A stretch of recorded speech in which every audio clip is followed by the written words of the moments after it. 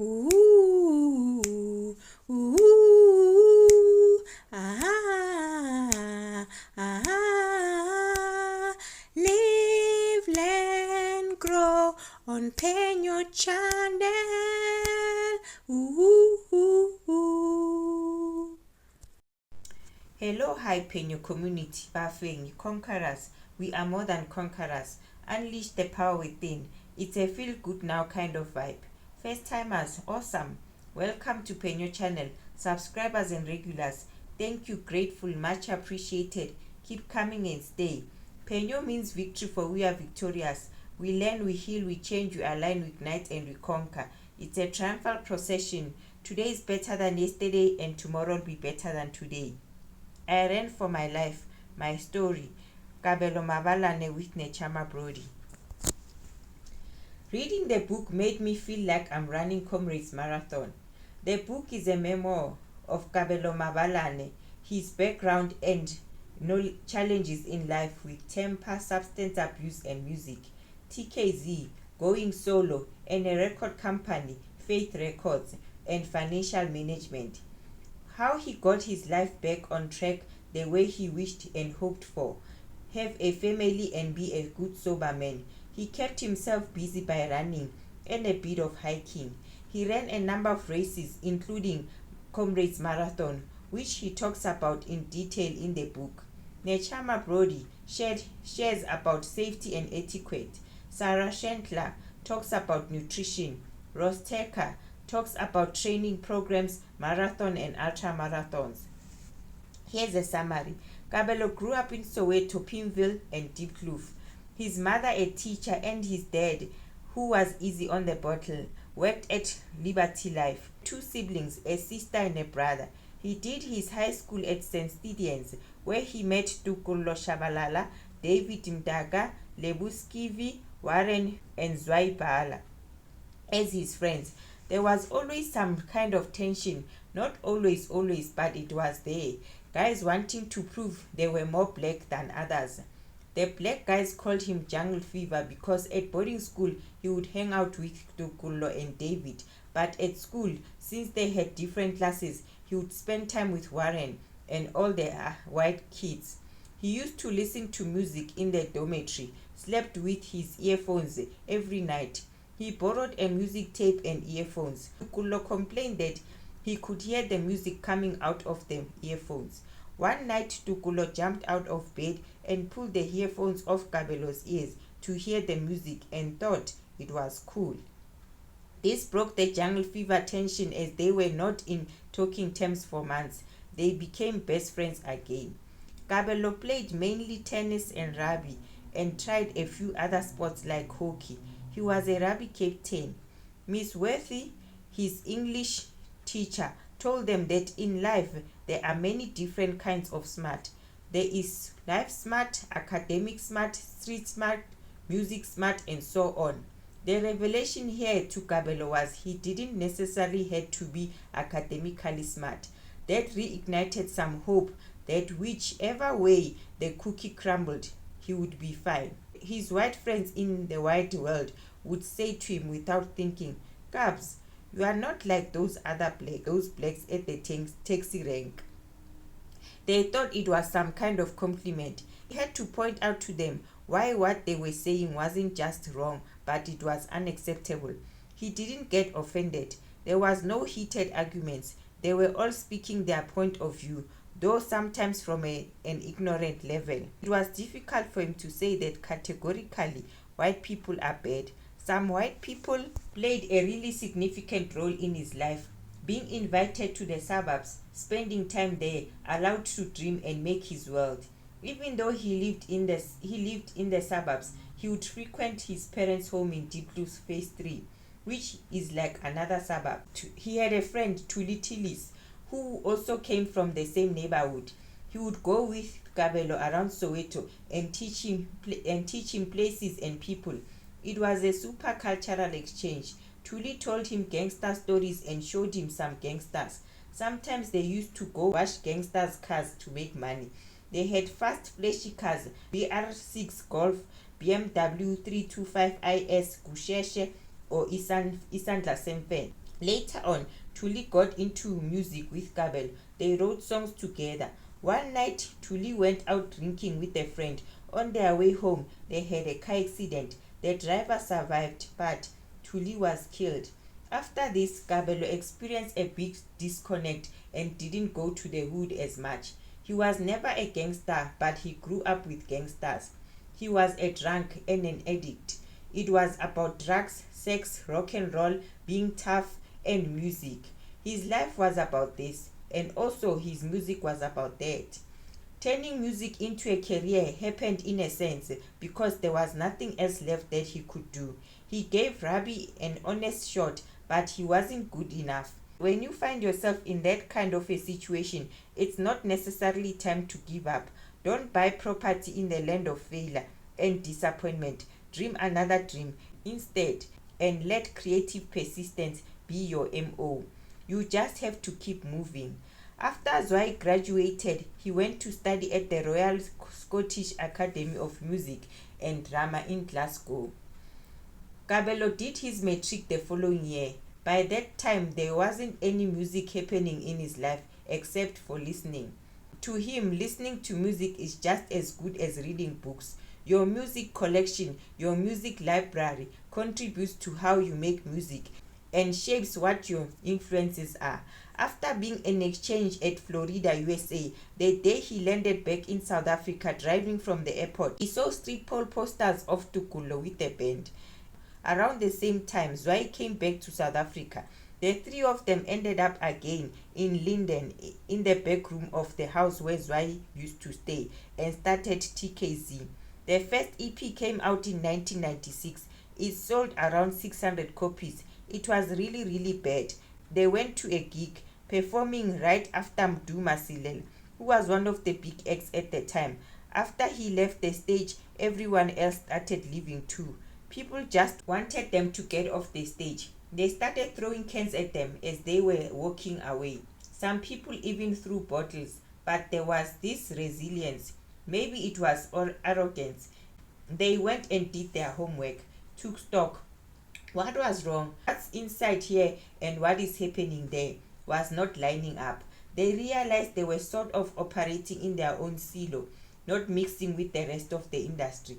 Once they started doing that, it was game over. The second EP came out in 1997. It sold 200k units, and that's when it all took off. Kabelo went to Wits Technikon and studied for a diploma in sports management. About the time that TKZ music started coming together, he started dropping out of school, not just playing rugby, but stopped going to some lecturers, then eventually stopped going to all of them. Physiology was like having to do biology all over again. He would hang out with other guys in Diepkloof who weren't going to school. He would smoke weed all day. They met in the morning and that was all they did. He was slowly becoming the person he didn't want to become. At this stage, he wasn't drinking every day because he couldn't afford it.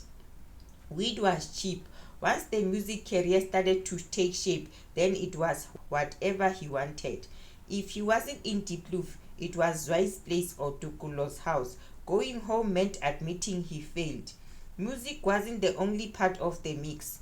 There was also girls and booze. One night he went out and was just mixing everything. He drank beer, tequila, and smoked weed.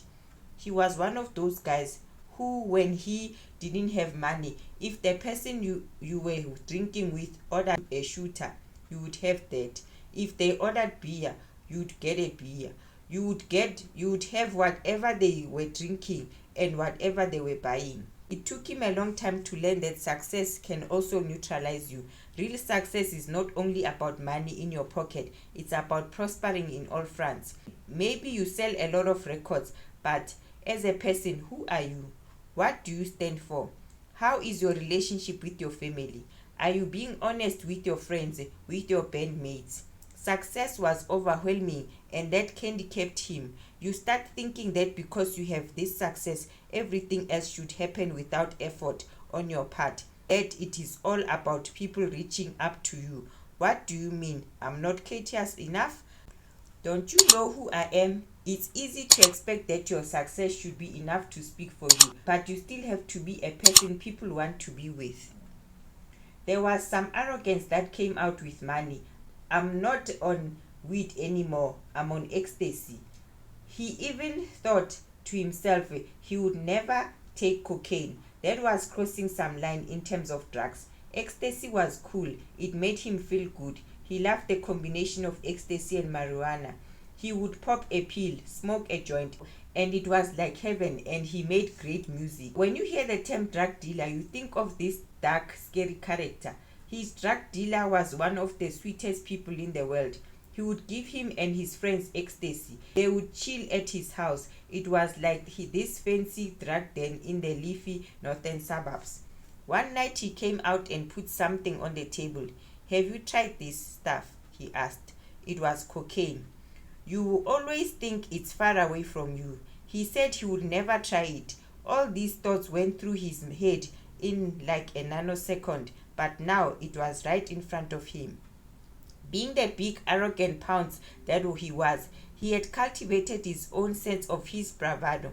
Nothing scared him. He asked his friends if they should take it. Yeah, man, come on. What's it going to do? They said. He gave them the first couple of grams for free, and they were all like, what a flipping nice guy he is. And there was more the next day. After he took coke that night, he drove home thinking that he couldn't even feel it. Ecstasy was the best. He didn't even get that high. When he did finally got high, what it did, how it made him feel, was when he was on coke. Everyone was like 4 feet tall. Nothing was impossible. It made him see himself as this larger-than-life person. It made him start to think in a certain way, like he was invincible. He always had to be clean when he was on coke. His car had to be spotless. He had to wear his best clothes. That person was only released when he was on coke. Once he started taking cocaine, ecstasy didn't cut it anymore. He was paranoid. He wore sunglasses everywhere, even indoors. He was grinding his teeth all the time and drinking excessively. It was a cycle of uppers and downers. He would never get drunk when he was on coke. He would go 4 days, 5 days binges without any sleep at all. Every time he dipped a little, he would just have a few lines. He always did his drugs in private. Often it was in a car, always on top of a CD case. And the bigger the note, the better it felt. It had to be like a 200 note. When he went to the clubs, he was always visiting bathrooms. Towards the end, he became quite careless. When he left TKZ, started his solo career, he had so much self-doubt. In a strange way, coke actually helped him, because even after he had stopped taking coke, he remembered how he felt on it, and it was somehow easier to bring out that person who was already in there. He started picking fights, listening to music that motivated him to hate women. Tupac MOB. He ran away from the cops. When they caught up with him, he paid them off and they left him. He floored an Amber robot and hit a pizza delivery guy on a motorbike. He managed to get off the scene, but years later had to pay off the pizza guy medical bills. He settled the matter. One night he went to Hillbrow with his friends, got the drugs and got back to his car. 5 or 6 cops came out from nowhere. They arrested whoever the pills were on. The cops told him he was stupid to buy drugs in a public area. They wanted the name of the dealer, which he didn't give. Then they asked for 15,000, which he paid. He bought himself a baseball bat, kept it at the back of his car, used it, and he ended up at the back of a police van for it. Kabelo doesn't recognize that person. The guy bribing the cops, having car accidents, hitting people because he was off his head. He tries to identify with that person, but it's difficult. Even as he says that, he knows what that person was going through. He was a people pleaser, somebody who was afraid to be great. He did have a conscience. It was always there, but it had become numb. Because of his state of mind, because of the drugs and the booze, he got desensitized to stuff. Death was part of his life. He lost friends. The same happened to his feelings. He felt, but it was something very distant. An addict's biggest flaw is not being able to feel. At rehab, he had to learn to feel. Lucas Mohlagane helped him turn his life around. He was a record executive. Kabelo went to the Felicia show, started talking about his addiction. He knew that once it was public, he would have to do something about it. Was introduced to Janine Lewin of MAAPSA, the Musicians and Artists Assistance Program of South Africa, which was started by Brodie. He met Janine in mid-September. On 1st September, went to rehab, came out 13th December. During that time, he shot a music video for It's My House. The story of addiction and the plan to come clean helped with the promotion of the album, although people accuse him of doing the whole thing a publicity stunt. His mother came to visit him at rehab center every weekend. Between 2006 and 2010, the South African Revenue Service, SARS, came after him for tax sins committed in the 1990s when he was with TKZ. His share was 1.8 million rands. In 2014, he finally managed to settle his account. Most of his money went to his drug habit. He started running his first Comrades marathon in 2006, 3.5 years after he came out of rehab for cocaine and alcohol addiction. He took 11 hours to finish the race. The first time he went to church after school was after they already started TKZ. He was drunk from the night before, staying with Zwei in the back room. Zwei decided he was going to church and Kabelo had to come along as they were together. They went to Rhema Bible Church. He rolled his joint so he would smoke it after church. But when they got into the car after the service, threw the joint out of the window. He didn't understand what being born again meant. That night, after spending the afternoon with his thoughts, he went back to his old ways. 6 years later, in 2002, a week before rehab, his family came with him to church and he received Jesus as his Lord and Savior. 2004, he went back, rededicated his life again. In 2005, he signed up for Rhema Bible School for his own personal spiritual growth. He needed to know God for himself. You can't rely on other people's relationship with God. He became an usher, started a home cell at his house for people in the entertainment industry, an environment where people as big as he was, bigger than him, could be themselves, could ask questions. That is how he met his wife Gail at one of these meetings. She was already born again and had recently moved to Johannesburg. He got involved with etiquette to set up the Shout Foundation, speaking out against crime. TKZ got back together in 2009 and released Coming Home. The first year he ran Comrades, he finished in 10 hours 51 minutes, got a bronze medal. Second year he ran 10 hours 54 minutes, got a bronze medal. Lost weight and could run more faster. On his fifth Comrades, he ran 8 hours 23 minutes, got a Bill Rowan medal. On his sixth Comrades, he ran 8 hours 46 minutes, wasn't very happy. In 2014, he thought a silver medal was in the bag. He did 8 hours 43 minutes. He got 5 Bill Rowan medals, which puts him in the top 1,000 to 1,500 out of 20,000 runners. But because he was focused on the silver, he couldn't see that. Fatherhood and marriage have meant he embraced responsibility, embraced being accountable. For the first time in his life, he is actually living and feeling. Thanks for watching. Kindly like, share, comment and subscribe. Be the light and keep shining. Heart to heart, from my heart to yours, it's all love.